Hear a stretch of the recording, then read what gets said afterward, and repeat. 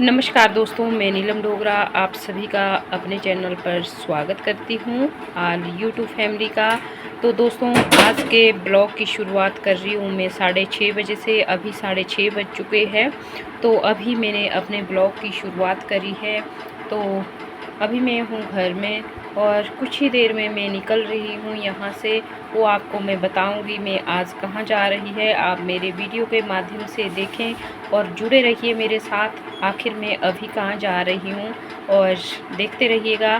तो दोस्तों, अभी इतना ही और थोड़ी ही देर में मैं मिलाती हूँ आपको कि मैं कहाँ जा रही हूँ। तो दोस्तों, हम बैठ चुके हैं बाइक पर और हम चल पड़े हैं।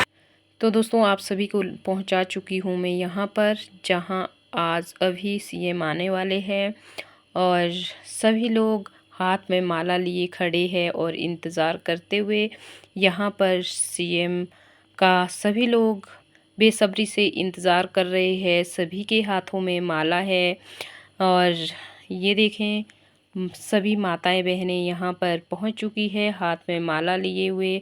और मैं भी इन सभी के बीच यहीं पर पहुँच चुकी हूँ और जेंट्स लोग भी यहाँ पर भारी भरकम एकत्रित हुए हैं और यहाँ पर इंतज़ार करते हुए सभी लोग हाथ में माला लिए हुए, फ्लावर लिए हुए सभी लोग इंतज़ार करते हुए सीएम का। तो अभी हमारे बीच सीएम पहुँच चुके हैं। ये आप तस्वीर के माध्यम से देख पा रहे हैं, आगे आपको वीडियो भी दिखाएंगे। तो दोस्तों, मैं भी यहाँ पर पहुँच चुकी हूँ। तो आप फ़ोटोज़ के माध्यम से देख रहे हैं। दोस्तों, ऐसा नहीं है कि मैं किसी पार्टी बेश में हूँ। मेरे लिए जनता और कांग्रेस दोनों पार्टी बराबर है। मुझे दूसरी पार्टी भी बुलाएगी तो मैं वहाँ भी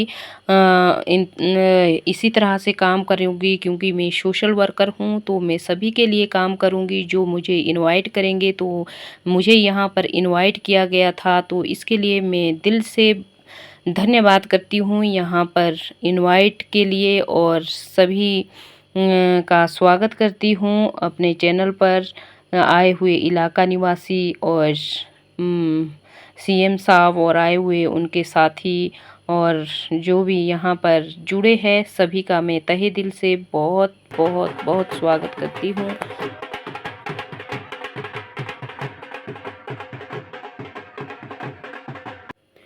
तो सभी यहाँ पर बेसब्री से इंतज़ार कर रहे हैं और सुभाष भाई जी, जिनके वहाँ ये प्रोग्राम है, ये भी बेसब्री से इंतज़ार कर रहे हैं हाथ में गुलदस्ता लिए हुए। और सभी माताएं बहनें सिर्फ गेट की तरफ निहारती हुई कि कब आएंगे सीएम जी। तो सभी की आंखों में बेसब्री से इंतज़ार है और यहाँ पर हमारे भाई और जेंट्स लोग सभी यहाँ पर दिखे हाथ में माला लिए हुए। तो सभी बेसब्री से इंतज़ार कर रहे हैं, हमारे भाई भी। और तो अब हमारे बीच पहुंच चुके हैं सीएम। तो बहुत बहुत स्वागत करती हूँ मैं सीएम जी का पूरे पटनौन पंचायत की तरफ से। मैं बहुत बहुत धन्यवाद करती हूँ सीएम जी का, जो कि हमारे बीच पधारे और हमारे बीच आने का कष्ट किया। तो इसके लिए तहे दिल से आल पटनौन निवासी धन्यवादी है, जो कि हमारे बीच में पहुँचे। तो हम सभी मिलकर स्वागत करते हैं यहाँ पर सीएम का। तो ये देखें, स्वागत करते हुए सभी आल इलाका निवासी पंचायत मेंबर्स और बहुत से आए हुए बाहर से लोग भी हैं। सभी लोग यहाँ पर खुशियों की लहर छाई हुई है। यहाँ पर सभी की आंखों में चमक खुशियों की। तो सभी जो है स्वागत करते हुए और सीएम जी को पहुँचा चुके हैं धीरे धीरे हम पंडाल की तरफ। तो सभी लोग मालाएं पहनाते हुए और स्वागत करते हुए धीरे धीरे आगे की तरफ बढ़ते हुए। तो सभी लोग स्वागत करते हुए बहुत बहुत स्वागत और धन्यवाद आल इलाका निवासी और आए हुए दूर दराज से जेंट्स माताएं बहनें जो भी जुड़े हैं यहाँ पर, सभी का मैं दिल से धन्यवाद करती हूँ। तो अब हम सीएमजी को पहुँचा चुके हैं बिल्कुल आंगन में।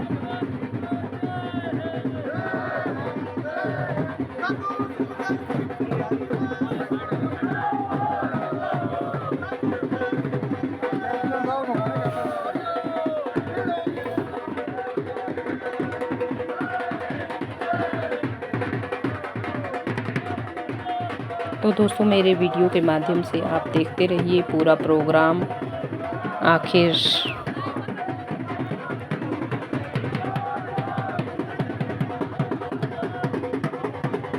अब हम पहुंच गए हैं पंडाल की तरफ, बिल्कुल नज़दीक आ चुके हैं पंडाल के।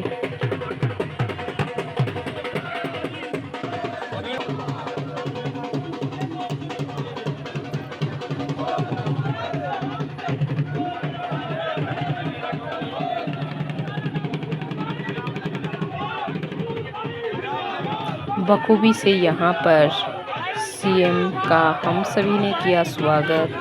वाह, बहुत बहुत स्वागत एक बार फिर से।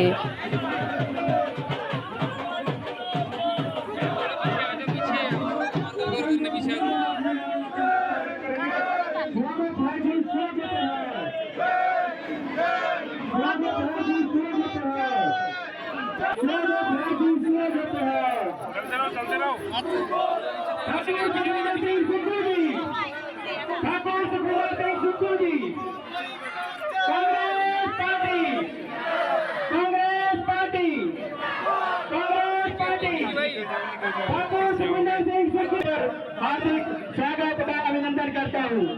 उनके साथ बैंक के हमारे अध्यक्ष श्री रामचंद्र पठानिया जी और यहाँ विभिन्न पंचायतों से आए हुए मेरे माननीय सम्मानीय ठाकुर सुखविंदर सिंह सुक्खू जी भाई, इनके साथ उपस्थित हमारे बुरेज के विधायक सुरेश जी, हमारे धर्मपुर के विधायक चंद्रशेखर जी, हमारे जिला के जिला अध्यक्ष सुमन भारती जी, पूर्व में रहे विधायक व अभी कांगड़ा बैंक के चेयरमैन श्रीमान कुलदीप सिंह पठानिया जी, और हमारे ब्लॉक के अध्यक्ष हरजिंदर वर्मा जी, और हमारे पूर्व मेरे जिला के अध्यक्ष नरेश ठाकुर जी, व जिला के महामंत्री डॉक्टर रतन जी, भाई यहाँ पे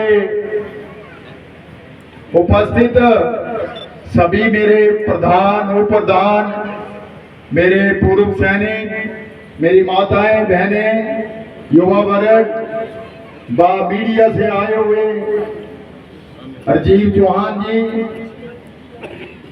व मेरे युवा वर्ग, मैं आप सबको सबसे पहले तो नमन करता हूं, प्रणाम करता हूं और इतनी संख्या में आने के लिए आपका धन्यवाद करता हूं। जय श्री राम, जय श्री राम, जय श्री राम, जय श्री राम। चुनावों का दौर चुनाव का दौर चला हुआ है। अभी तो 10 दिन से भी कम समय बचा है और आप मेरे लिए वोट मांगेंगे और हमीरपुर के अस्तित्व को बचाने के लिए, मुख्यमंत्री को मजबूत करने के लिए सारी कार्रवाई आप करें। और एक चीज मैं आपको बता देता हूं कि जो बूथ पहले 10 बूथ 104 बूथ में टॉप में आएंगे, उनको आपको मालूम ही है कि पहले जो यहाँ पे विधायक थे वो तो बिकी है भाई, चले गए नट्ठी ने, पहले लगेंगे यहाँ पे आएगा आपका विधायक आपकी समस्या सुनने के लिए, आपको अपने घर में नहीं बुलाएगा काम के लिए। ऐसे चाहे तुम्हें जद मर्जी जद आइए मेरे घर, लेकिन आपका काम करने के लिए आपका विधायक आपके बीच आएगा हर महीने और रजिस्टर के ऊपर ब्यौरा लेके लाएगा कि जो काम आपने बताए हैं वो काम ये हुए हैं। और अगर कोई काम बच जाएगा तो मैं अपने नेताजी से करवा के लाऊंगा, ये मैं आपको आश्वासन दिलाना चाहता हूँ। एक और आश्वासन दिलाना चाहता हूँ, बड़ी ईमानदारी ने काम करगा, मैं बिकने वाला नहीं है, जो खरीदी रहे इतने जी 5 खोखे जी 5 करोड़ बोलिया तुहा कुछ नहीं गलाना, तुहा ये गलाना भाई पार्टी का टिकट मिली अगर भाई मैं नहीं लड़ना। अब मैं तो पहले ही घोषणा करी थी सारे पुछी ने, क्योंकि ये घटनाक्रम बड़े दिनों का चले, गिट्टे रस्सी भी हुई, पैसे खाते छड़ने तो थे नहीं देना, तो इसलिए मैंने पहले ही आप लोगों से परामर्श कर लिया था घूम घूम के आपके घरों में जा करके कि भाई क्या करना, उन मीर पर बचाना है या बेची देना। तो सब ने मेरे को बताया आपको घबराने की जरूरत नहीं है, दोबारा फिर सुखविंदर सिंह सुक्खू जी को मुख्यमंत्री बनाएंगे, यही मैंने आपसे अपील की थी। मिजो भाई अब चाहिए एमएलए तुहा बनना, मैं तुहां कार्यकर्ता बनना। एमएलए जो ने हो रहे आंदे मुख्यमंत्री हो रहे, जिन्हें पहले सुजान प्रदेशी दिया कि इस विधानसभा के क्षेत्र का एमएलए भी मैं ही होना, कि मुख्यमंत्री तो है ही है। मैं जो कुछ नहीं चाहिए, मैं तुम्हारी सेवा करना चाहता, मैं बिकना नहीं चाहता, बड़ी ईमानदारी से आपके काम करूंगा, कोई हेरा फेरी नहीं होनी पाएगा। तो इसलिए मेरी आपसे गुजारिश है कि मुख्यमंत्री है तो 600 करोड़ का हॉस्पिटल जो है आपके रंगस में बन रहा है, कैंसर हॉस्पिटल, अगर ये मुख्यमंत्री नहीं होंगे तो ये मंडिया बनना है या शिमले। 600 करोड़ का 100 रुपया किराया लगना आने जाने का, कहने तुम्हारा चेकअप होना थी बढ़िया।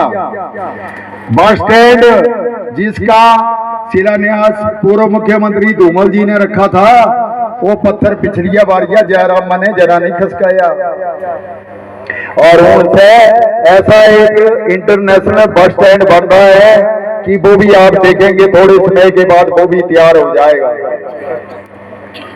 इसलिए आपने बिकने वालों को टिकने नहीं देना इस बार, और इनका काम है जनता को गुमराह करना। उन पता क्या बोला दे, पहले जिन्हों महीना भर पहले गालियां करते रहे ना, ये चोर है, ये फलाना है, हूं तो इन्हों के पैरा मंदिर आशीर्वाद दे दिया। कियां देना आशीर्वाद, सजे की लमारी उन्हें से ही निकलनी, कदे दुगे पासे ते नठी ने गई वो तिने बंद करी थी उन जाले की, हूं जाला नहीं दे आह जो मिला दी आह नहीं रहना, तो आह घर वालिया मिलनी। कितना बारी अच्छा काम होया है ओल्ड पेंशन स्कीमां दा, और उसके बाद तो जो भी 1500 रुपया मिलना, सारे मिलना, सिर्फ नौकरी नहीं करता दिया भी मिलनी, लड़कियों मिलनी। लेकिन 30 तारीख के पहले तो आप फार्म भरने के वेलफेयर ऑफिस जमा कराने। मुख्यमंत्री जी ने बताया है कि आपको अप्रैल और मई के दोनों किस्तें जो इकट्ठी पड़ेगी 3-3 हजार की, 3000 मिलेगा इकट्ठा। इथी वाले तो बोलते हैं बड़े भारी दानी है ना, ही इथी का विधायक बोलता बड़ा दानी है, बोले भाई बोले मैं बोले लड़कियां नहीं है पता नहीं 4000 की 6000 पंजाब केसरी देना लिखी ने दिंदा पता क्या,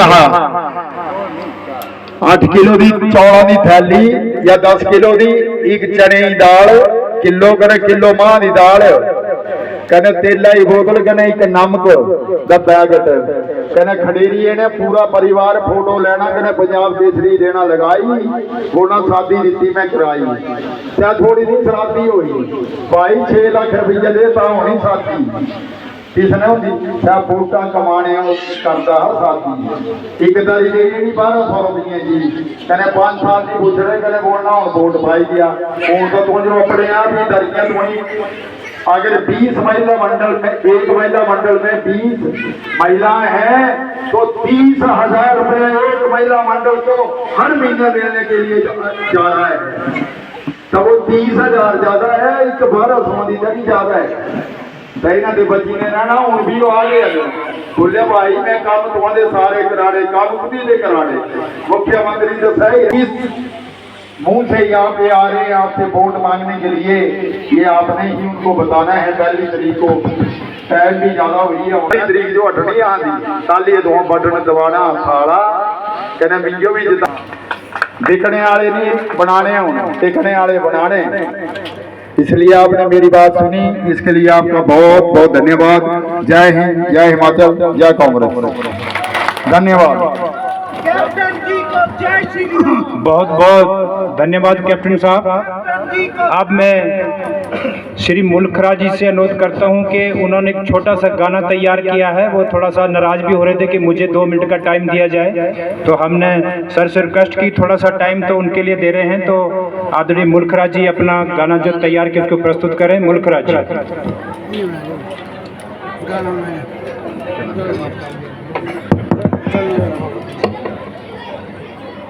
गीतर बोल कईया जो पता कन कईया जो नहीं पता बाहुआ जो ते नॉर्मल जो बोले भाई सुनने बड़े चाहना ने। गीतर क्या बोले, हथा पर मोर चुलाया नी बोटर रंगीता जो पाई आया।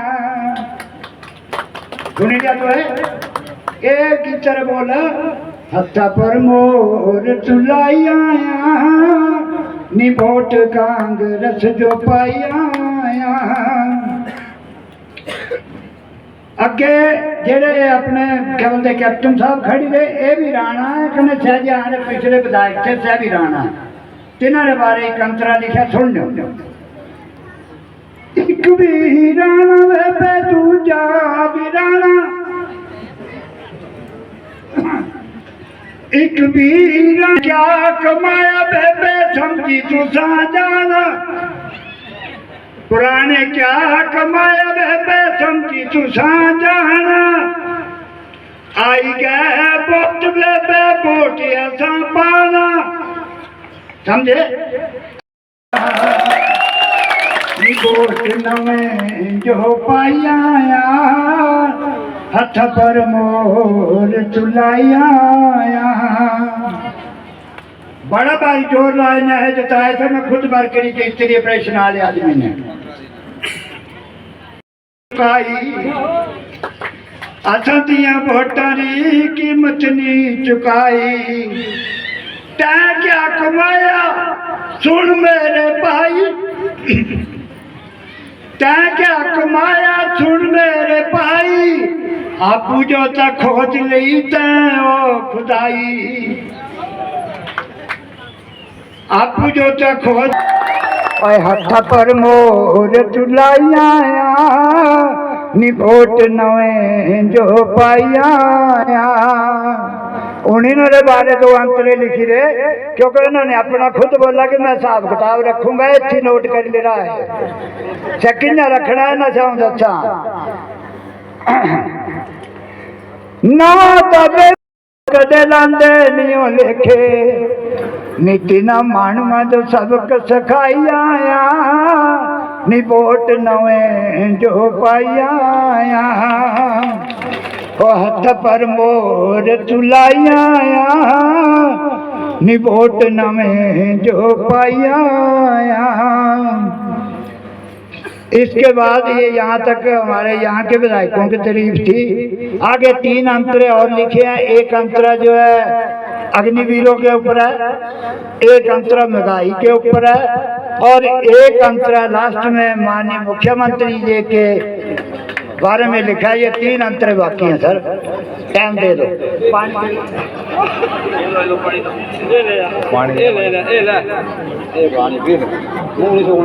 इसके बाद भाई अब स्टेप बाय स्टेप चलेंगे।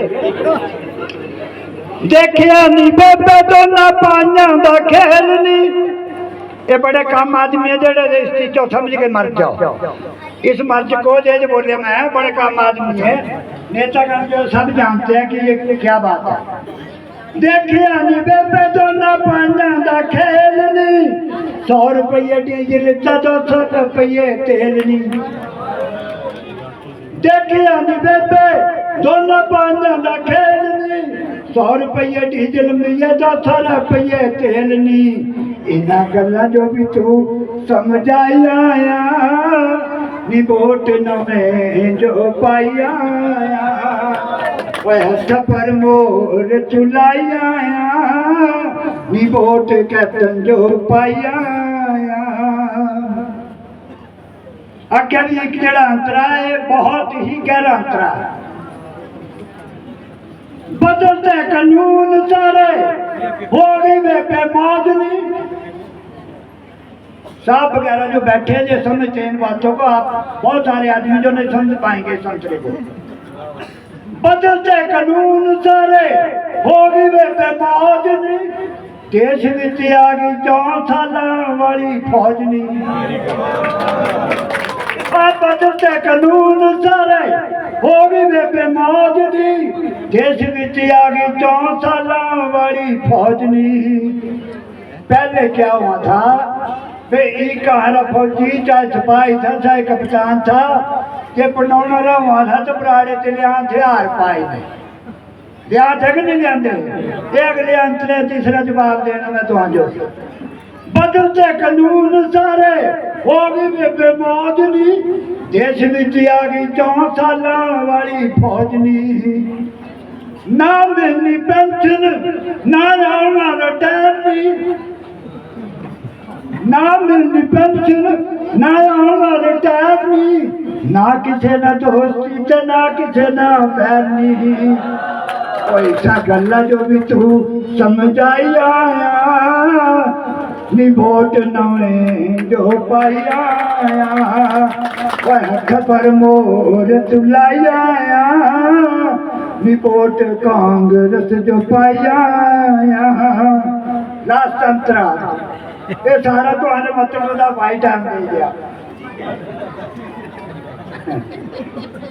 पढ़े लिखे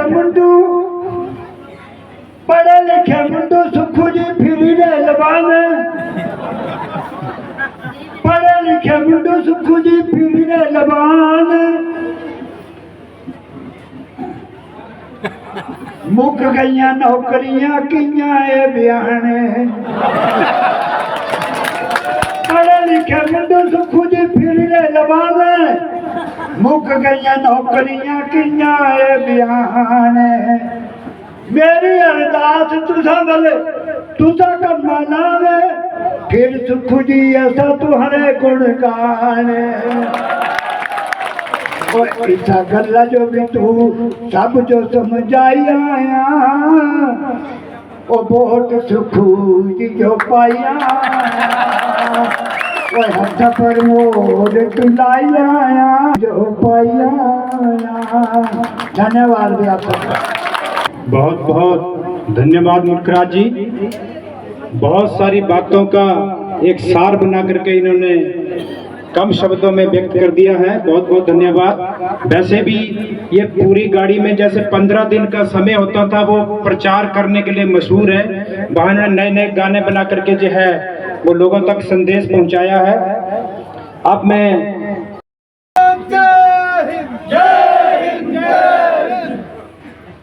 हमारे साथ लगते क्षेत्र से विधायक सुरेश कुमार जी जो भोरंज के विधायक हैं, हमारे साथ लगते क्षेत्र के विधायक चंद्रशेखर जी, पूर्व में विधायक इस क्षेत्र के बमसम के कुलदीप पठानिया जी, जिला कांग्रेस कमेटी के अध्यक्ष सुमन भारती जी, ब्लॉक अध्यक्ष राजेंद्र वर्मा जी, हमारे नरेश ठाकुर जी, पूर्व में अध्यक्ष ठाकुर सुभाष चंद जी जो कि प्रधान है, जिनके घर में हमारा खाना भी है और आपका खाना भी है, रात में बहुत हो चुकी है। प्रधान ग्राम पंचायत पटनौर श्री कमलजीत जी, पूर्व प्रधान ठाकुर मुल्खराज जी, सूबेदार श्री रंजीत सिंह जी, सूबेदार हेमराज जी, हवलदार श्री प्रेम हेमराज जी, हवलदार श्री लाला राम जी, कमलजीत संजू जी, ज्ञानचंद जी, ठाकुर करतार सिंह जी, श्री दीनानाथ जी, बख्शी राम जिनकी उम्र 96 वर्ष हो चुकी है, पूर्व बीडीसी श्रीमती प्रोमला देवी जी, महिला मंडल प्रधान पटनौर टिंकल जी, महिला मंडल प्रधान धार अंजना देवी जी, सभी इस क्षेत्र के बुजुर्ग, माताएं, बहनें, युवा साथियों, प्यारे बच्चों, पत्रकार बंधुओं, आज मैं एक दिन के सुजानपुर दौरे पर हूँ और रात भी काफी हो चुकी है और आप सब लोगों को भूख भी लगी होगी, लेकिन मैं कुछ बातें आपके सामने रखना चाहता हूँ। आप जानते हैं 15 महीने पहले हमारी कांग्रेस की सरकार बनी। पिछली बार जब चुनाव हुआ 2017 में, इस क्षेत्र से मुख्यमंत्री के घोषित प्रत्याशी थे प्रेम कुमार धूमल जी। उनको वो चुनाव हार गए और हमीरपुर जिला ने मुख्यमंत्री को खो दिया। भाग्य का चक्कर देखिए कि 5 साल बाद चुनाव होता है और हमीरपुर जिला से आप जैसे परिवार से निकला हुआ एक व्यक्ति, जिसके परिवार से कोई ना राजनीति में था, राजनीति उसके परिवार से दूर दूर तक न थी, वो इस प्रदेश का मुख्यमंत्री बनता। 11 दिसंबर 2023 को जब मेरी शपथ हुई, शपथ लेने के बाद मैं बड़ा गर्व महसूस कर रहा था, गौरव महसूस कर रहा था। मैंने जीवन में कभी कल्पना भी नहीं की थी, क्योंकि बड़ा लंबा संघर्ष हमारे जीवन का था। 20 साल में विधायक रहा, ऐसा नहीं है। छात्र जीवन से मैं राजनीति करते करते कभी किसी मंत्री पद पर नहीं रहा।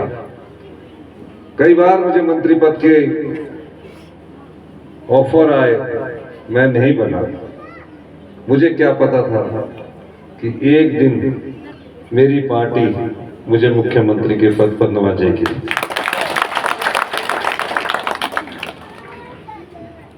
मुख्यमंत्री बनने के बाद आपने मेरा कई चीजों में सुना होगा। मैंने हमेशा कहा, हम सत्ता में सत्ता के लिए नहीं आए हैं, हम व्यवस्था परिवर्तन के लिए आए हैं। हम सुख सुविधाओं के लिए नहीं आए हैं, हम आम लोगों की समस्याओं का निपटारा करने के लिए आए हैं। 5 साल जयराम ठाकुर जी मुख्यमंत्री रहे, हमीरपुर जिला से भी भारतीय जनता पार्टी के विधायक रहे। एक भी ऐसी योजना बता दीजिए जिस जिला ने भारतीय जनता पार्टी का 10 साल मुख्यमंत्री दिया हो, उसके जिले में एक 20 साल पहले प्रेम कुमार धूमल जी ने शिलान्यास का पत्थर रखा था, या 15 साल पहले, उसमें एक भी ईंट नहीं लगी। जो कार्य आपके होने चाहिए थे, वो कार्य नहीं हुए। अधिकारी आते थे मेरे पास, कहते थे 1 हफ्ते का हमारे पास रोज का खर्चा चलाने के लिए खजाने में पैसे है, 1 हफ्ते बाद तक का पैसे का इंतजाम कीजिए। हमारी दृढ़ इच्छा शक्ति देखिए। हम रात के 3-3 बजे 2-2 बजे तक कार्यालय में बैठकर हिमाचल प्रदेश की अर्थव्यवस्था और खजाने को ठीक करने लगे। परिणाम 1 महीने के अंदर सामने आया। मैंने 1 महीने तक मंत्रिमंडल नहीं बनाया। यह भी इतिहास में सबसे लंबा मंत्रिमंडल का इंतजार था, जब 1 महीने तक मंत्रिमंडल नहीं मिला। मंत्रिमंडल तब बनाया जब मैंने भ्रष्टाचार के चोर दरवाजे, जहां से आम जनता का पैसा भ्रष्टाचारियों के हाथ में जा रहा था, उसमें लगाम लगाई, उसके लिए नियम बनाए, कड़े फैसले लिए और 1 महीने बाद मंत्रिमंडल का विस्तार किया। विस्तार करने के बाद मेरे सामने सबसे बड़ी चुनौती क्या थी? मेरे सामने सबसे बड़ी चुनौती ये थी कि जिस प्रदेश पर 75,000 करोड़ रुपए का कर्जा चढ़ा हो, 6 पे कमीशन की सरकारी कर्मचारी और अधिकारियों की लायबिलिटीज 10,000 करोड़ रुपए की हो, और इस सभा में बैठे हुए जितने भी लोग हैं, हिमाचल प्रदेश की 75 लाख जनता पर 1,03,000 रुपए का कर्जा चढ़ा हो, उससे प्रदेश को आत्मनिर्भर कैसे बनाना है। और हमारे प्रयास रंग लाने शुरू हुए, क्योंकि हम सच्चे मन से थे, नियत भी साफ थी, मन भी सच्चा था, और आप लोगों की सेवा के लिए योजनाएं लाने शुरू की। योजना लाते लाते एक बात बड़ी विचित्र घटना घटी। मुझे पता लगा कि सबॉर्डिनेट सिलेक्शन बोर्ड जो हमीरपुर का है, उसमें पेपर पिछले भारतीय जनता पार्टी की सरकार के कार्यकाल से बिक रहे थे, नीलाम हो रहे थे। हमीरपुर जिले के युवा साथी मेरे पास आए, मैरिट में लड़के, कहते ऐसे युवा लड़के सिलेक्ट हो रहे हैं जो लिखना नहीं जानते। मैंने जाल बिछाया और 1 महीने बाद हमें पता लगा कि जो सबॉर्डिनेट सिलेक्शन बोर्ड में पिछले 5 साल से जो पेपर लीक हो रहे थे, नीलाम हो रहे थे, उनमें कई योग्य उम्मीदवार लगे। हमने इंक्वायरी बिछाई।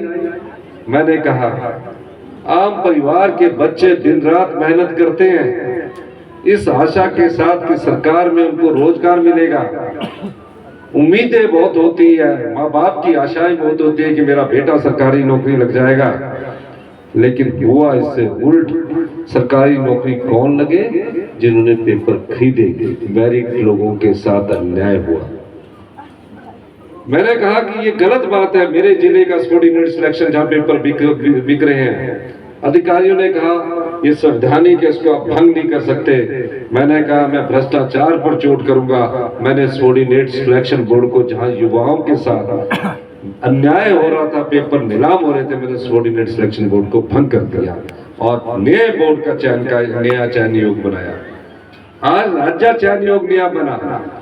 आने वाले समय में तकरीबन 22,000 इंटरव्यू 1 साल में होने जा रहे हैं। आज ही मुझे पता लगा कि 817 का जो सुप्रीम कोर्ट से हमने केस जीता है, उसकी डॉक्यूमेंटेशन शुरू हो गई और जल्दी ये पूरी होने वाली है। ये पहली भ्रष्टाचार पर चोट थी। दूसरा, मंत्रिमंडल का विस्तार हुआ। मंत्रिमंडल के विस्तार के समय मैंने एक बात कही। अधिकारियों ने कहा कि 2026 में चुनाव होंगे, उस समय आप ये काम करना। मैंने कहा नहीं, हम चुनावों को मद्देनजर रख के काम नहीं करते। 40 साल बाद कांग्रेस की पॉलिटिक्स में भी परिवर्तन आया है। नई दिशा और नई सोच के साथ, नई उमंग के साथ हमारी सरकार कार्य करेगी। और हमने 1,36,000 सरकारी कर्मचारियों को आर्थिक बदहाली के बाद भी ओल्ड पेंशन स्कीम दी, जिसके कारण 1,36,000 परिवारों का बुढ़ापा सुरक्षित हुआ। ओल्ड पेंशन स्कीम मिलने के बाद मुझे कई माताएं मिली, कई बुजुर्ग मिले, कह रहे थे हम तो अपना जीवन यापन वृद्धाश्रम में करने के लिए जा रहे हैं। 3,000 रुपया पेंशन मिलती थी। सरकारी नौकरी थी तो 60,000 रुपया मिलते थे। रिटायरमेंट के बाद सिर्फ 3,000 पेंशन मिलती थी। मैं भी एक सरकारी कर्मचारी का बेटा था। आप लोगों की तरह सरकारी कर्मचारी का बेटा कभी राजनीति में मुख्यमंत्री के पद की नहीं सोच सकता। मेरे पिताजी इस दुनिया में नहीं रहे, लेकिन मेरी माता जी आज भी अपने पिताजी की जो पेंशन मिलती है उसमें स्वाभिमान से जीती है। बेटे के आगे हाथ नहीं फैलाती, उल्टा अपनी यहाँ अंदर की जेब से पैसे निकाल के मुझे देती। इस भावना से मैंने जब वो सोचना शुरू किया तो मैंने सरकारी कर्मचारियों को ओल्ड पेंशन स्कीम दी। कई बुजुर्ग मुझे मिले, वृद्ध आश्रम चले गए थे, 3000 रुपया होता था, परिवार उनको छोड़कर चला गया। लेकिन उनके परिवार को जब ये पता लगा कि 30,000 रुपया पेंशन मिलनी शुरू हो गई है, उन्हें दोबारा घर वापस लाया। वो स्कूल की जिंदगी अपने परिवार के साथ जी रही। तो ये ओल्ड पेंशन स्कीम का फायदा है। जिस प्रकार भारतीय जनता पार्टी ने पहले ही कैबिनेट में राजस्थान में ओल्ड पेंशन स्कीम को वापस ले लिया, हमारी सरकार ने पहले ही कैबिनेट में 1,36,000 परिवारों का बुढ़ापा सुरक्षित किया। इस प्रदेश में इतिहास की सबसे बड़ी आपदा आई तो भाई इतनी अत्यधिक बारिश ने कहर बरपा दिया हो। पूरा कुल्लू जिला कट गया, सड़कें टूट गई, पीने के पानी की योजनाएं बह गई। मुझे रात दिन फोन आने लगे। 14 अगस्त को शिमला में एक ही दिन में 51 लोगों को बारिश ने हमसे छीन लिया। इस आपदा में 551 लोग अपनी जान गंवा गए। 22,000 परिवार बेघर हो गए, सड़कों पर आ गए। हमारी सरकार को बने सिर्फ 8 महीने हुए थे। हमने इस चुनौती का सामना युद्ध की तरह किया और हमने 75,000 पर्यटक और 15,000 गाड़ियां कुल्लू में फंसी हुई थी। मैं खुद 3 दिन नदौन से गया। 48 घंटे में बिजली भी दुरुस्त करवाई, पानी की पीने की योजनाएं भी दुरुस्त करवाई और सड़क भी को भी टेम्परेरी तौर पर जोड़ा। यह सरकार होती है। 4 महीने हम चीखते रहे, भारतीय जनता पार्टी के लोग राजनीति करते रहे। विधानसभा में प्रस्ताव आया, प्रस्ताव भी भारतीय जनता पार्टी के द्वारा लाया गया, उसको हमने सरकारी अनुमोदन कर दिया। 3 दिन तक चर्चा हुई। हमने कहा हम आपको श्रेय देंगे, आप हमारे साथ चलिए, हमें कोई श्रेय नहीं चाहिए। इस समय तो हम उन परिवारों की मदद करने के लिए तुम्हारे साथ चलने को तैयार है। केंद्र में आपकी सरकार है। वो टस से मस नहीं हुए। इस क्षेत्र के सांसद भी एक चिट्ठी तक नहीं लिख सके,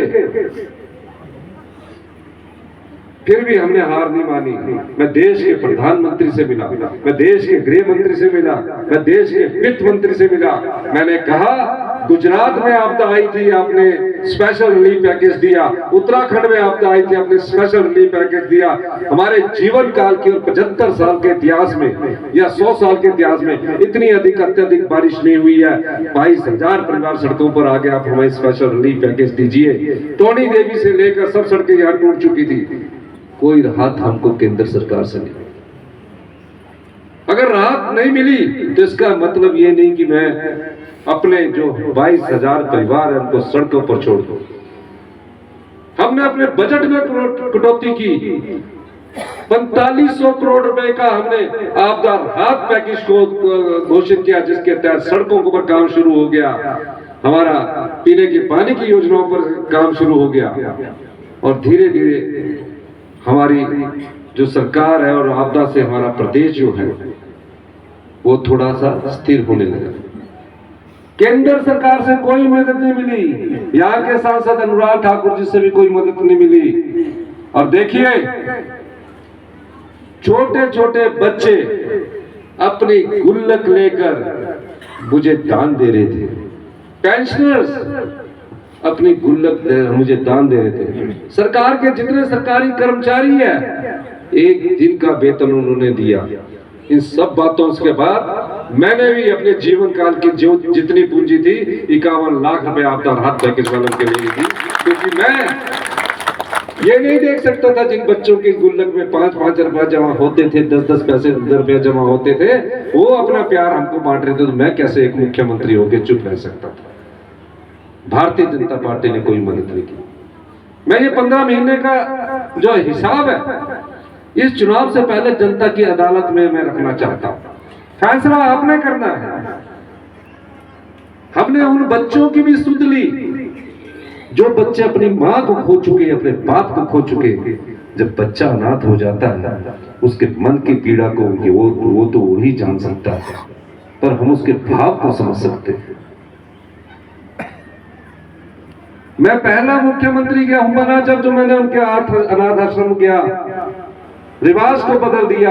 अधिकारी कहते हैं आप सचिवालय आइए, शपथ ली है, हम आपसे बात करना चाहते हैं। मैंने उसको बोला नहीं, मैं पहले उन बच्चों के पास जाऊंगा जिनकी कोई आवाज नहीं है। मैं अनाथ आश्रम गया, बेटियों के आश्रम गया, बेटियों के हॉस्टल को देखा, बेटियों के खाने के तरीके को देखा। मैंने कहा इनके माँ बाप होते तो इनका क्या जीवन जी रहे होते। मेरे दिल में भाव भर आया। मैंने अधिकारियों को निर्देश दिए और पहला पुण्य का कार्य इस प्रदेश में हमने उन अनाथ बच्चों के लिए किया जो अपनी माता को खो चुके, अपने पिता को खो चुके हैं, कि सरकार ही माता है, सरकार ही पिता है। और हिमाचल प्रदेश हिंदुस्तान का पहला राज्य बना जहां सरकार ही माता, सरकार ही पिता योजना को हमने जमा कर दिया। इस योजना से अभी 4000 बच्चों को लाभ हो रहा है। अक्टूबर से उनको लाभ मिलना शुरू हो गया। क्या योजना थी? अगर कोई बच्चा 1 साल का अनाथ हो जाता है, उसकी माता नहीं रहती, उसके पिता नहीं रहते, अगर तो वो अपने रिश्तेदार के घर रहता ठीक है, रिश्तेदार के घर रहेगा तो भी सरकार उसको 2500 रुपया महीना देगी। अगर रिश्तेदार के घर नहीं रहता, अनाथ आश्रम में रहता है, तो भी उसको 2500 और स्टाफ नर्स और खाना पीना पूरा देगी। 18 साल के बाद जिस तरह अपना हमारा बच्चा टेस्ट के माध्यम से डॉक्टर बनना चाहता है, इंजीनियर बनना चाहता है, कोचिंग के लिए हम अपने बच्चे के लिए पैसे देते हैं, हमने उसी प्रकार की व्यवस्था उन अनाथ बच्चों के लिए की। कई बच्चे आज कोचिंग ले रहे हैं, कई बच्चे डॉक्टर बन गए, कई बच्चे एमएससी कर रहे हैं। हमने कहा इनकी पढ़ाई का पूरा खर्चा 27 साल की उम्र तक हिमाचल प्रदेश सरकार उठाएगी और इनको पॉकेट मनी हर महीने 4000 रुपए मिलेगी। किसी भी कॉलेज की फीस जितनी भी है सारी हिमाचल प्रदेश सरकार देगी और इनके लिए 100 करोड़ रुपए का एक कोष बनाया जिसके माध्यम से इनको 4000 बच्चों को सहायता मिल रही है। शादी के लिए 3 लाख रुपया देंगे और मकान बनाने के लिए भी 3 लाख रुपया देंगे। ये क्यों ऐसा सोचा गया?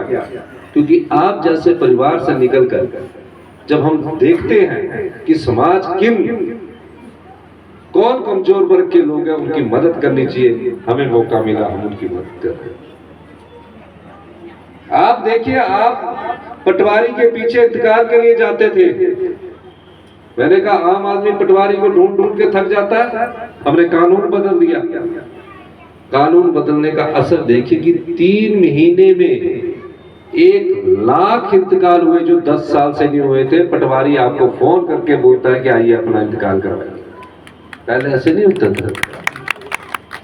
तकसीम दादे के समय शुरू होती थी और पोते के समय खत्म होती थी।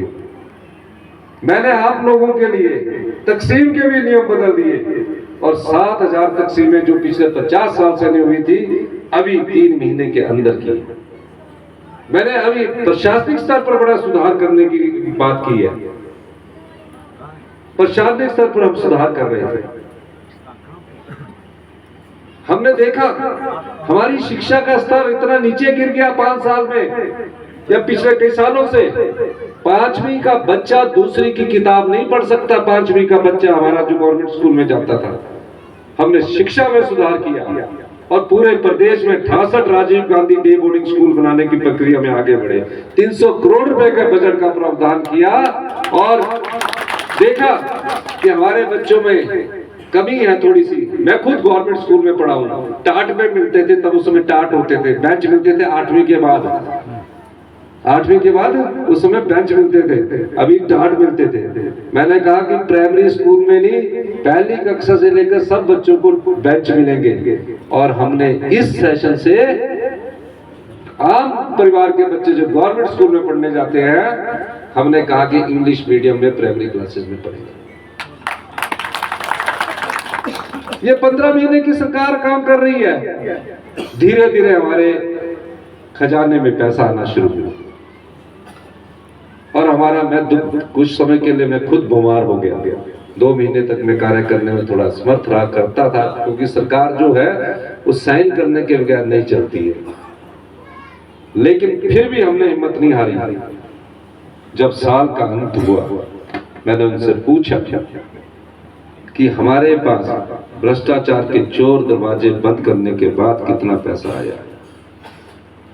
अधिकारियों ने कहा कि 2200 करोड़ रुपए का राजस्व आपने एकत्रित किया। हमने कहा ये पैसा हम अपनी जनता को बांटेंगे। पहले हमने अनाथ बच्चों के लिए योजना लाई, फिर हमने अपनी विधवा बहनें जो 1,15,000 विधवा बहनें हैं, उनके बच्चे जो कॉलेज में पढ़ रहे हैं, यूनिवर्सिटीज में पढ़ रहे हैं, पीएचडी कर रहे हैं, डॉक्टर कर रहे हैं, नीट का एग्जाम पास करके इंजीनियरिंग कर रहे हैं, उनको हमने कहा, मैंने कई विधवा बहनों को अपने समय देखा है कि मेरी बेटी डॉक्टर बन गई, पढ़ाने के लिए पैसे नहीं है। हमने इस दूसरे वर्ष में उनकी पूरी पढ़ाई का खर्चा हिमाचल प्रदेश की सरकार उठाई। कोई बच्चा बाहर पढ़ना चाहता है, अच्छा पढ़ने में इंटेलिजेंट है, हमने उसके लिए भी वाईएस परमार ऋण अवधि योजना लाए हैं। 20 लाख रुपए का इंटरेस्ट, 20 लाख रुपया 1% के इंटरेस्ट पर हम उन पढ़े लिखे बच्चों को देने जा रहे हैं। ये सब योजनाएं आपके लिए लाई हैं। पंचायत प्रधान बैठे होंगे, बीडीसी मेंबर बैठे होंगे, वार्ड पंच बैठे होंगे, जिला परिषद मेंबर बैठे, इनका जो ऑनरियम है वो अंतिम वर्ष में बढ़ता था। मैंने लगातार इनका ऑनरियम बढ़ाना शुरू किया, क्योंकि ये पैसा उन जनता के लोगों, उन जनता का है जो भ्रष्टाचार के चोर दरवाजे पर। फिर देखिए, हमने भारतीय जनता पार्टी वाले बार बार कहते रहे 1500 कम मिलेंगे। हमने अपनी प्यारी बहना योजना के तहत जो बेटी 18 साल की उम्र पार कर चुकी है, जो बहन हमारी 30 साल 35 40 साल की हो चुकी है, हमने फैसला किया उसके लिए 800 करोड़ रुपया बजट का प्रावधान किया कि 1 अप्रैल 2024 से उसको 1500 रुपया हर महीना मिलेगा। जो भारतीय जनता पार्टी के लोग, और साल का 18,000 रुपया मिलेगा। साल का जब 18,000 रुपया उस महिला को मिलेगा, 18 साल से ऊपर की बेटी को, आप कल्पना कीजिए, प्रधानमंत्री की किसान सम्मान निधि से 2-2 हजार की 3 किस्तें मिलती, हम 18,000 रुपया दे रहे हैं। क्यों दे रहे हैं? जब तक उसके शरीर में अंतिम सांस बची होगी तब तक हम देंगे। क्यों दे रहे हैं?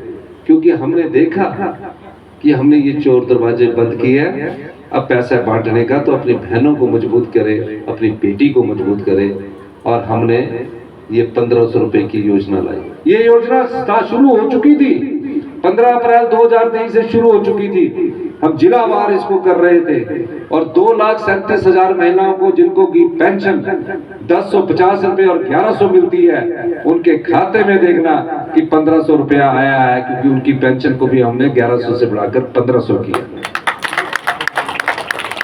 अब इस योजना को भारतीय जनता पार्टी के लोग रुकवा रहे हैं। क्यों रुकवा रहे हैं? क्या कारण है? हम देना चाह रहे हैं, हमारे पास पैसा है, पर अब उन्होंने फैसला कर दिया कि आप फॉर्म भर सकते हैं। मैं सभी बहनों से कहूंगा कि आप अपने फॉर्म भरिए, आपको 1500 मिलेगा। इस महीने नहीं मिल पाया, मैं दावा करता हूं 15 दिन बाद आपके अकाउंट में, अप्रैल के भी 1500 आएंगे, मई के भी आएंगे, 3,000 रुपए आपके अकाउंट में आएगा। ये मैं एक मुख्यमंत्री के तौर पर कह रहा हूं कि हमारी ये योजना है, ये पहले की शुरू हुई है। यही नहीं, फिर और पैसा बचा। हमने कहा हम अपने सरकारी कर्मचारियों को 4% डीए की किस्त देंगे। पुलिस के कर्मचारियों को 210 रुपए डाइट मनी मिलती थी, मैंने उसको बढ़ाकर 5 गुना बढ़ाकर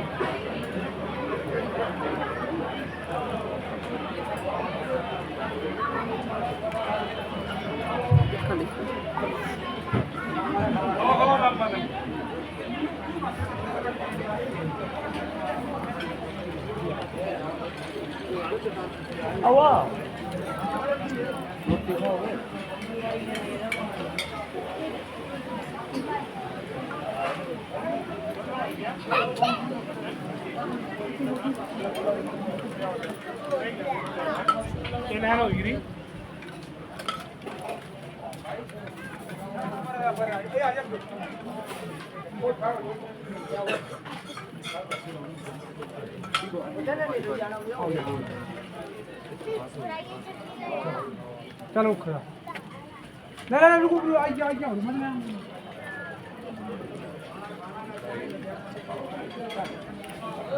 दूर रख ले यार अरे पावन को भाई पानी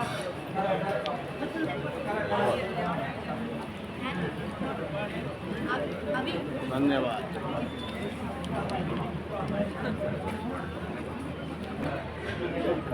तो दोस्तों मैं यहाँ पर खाना खाने सभी लोग खा रहे हैं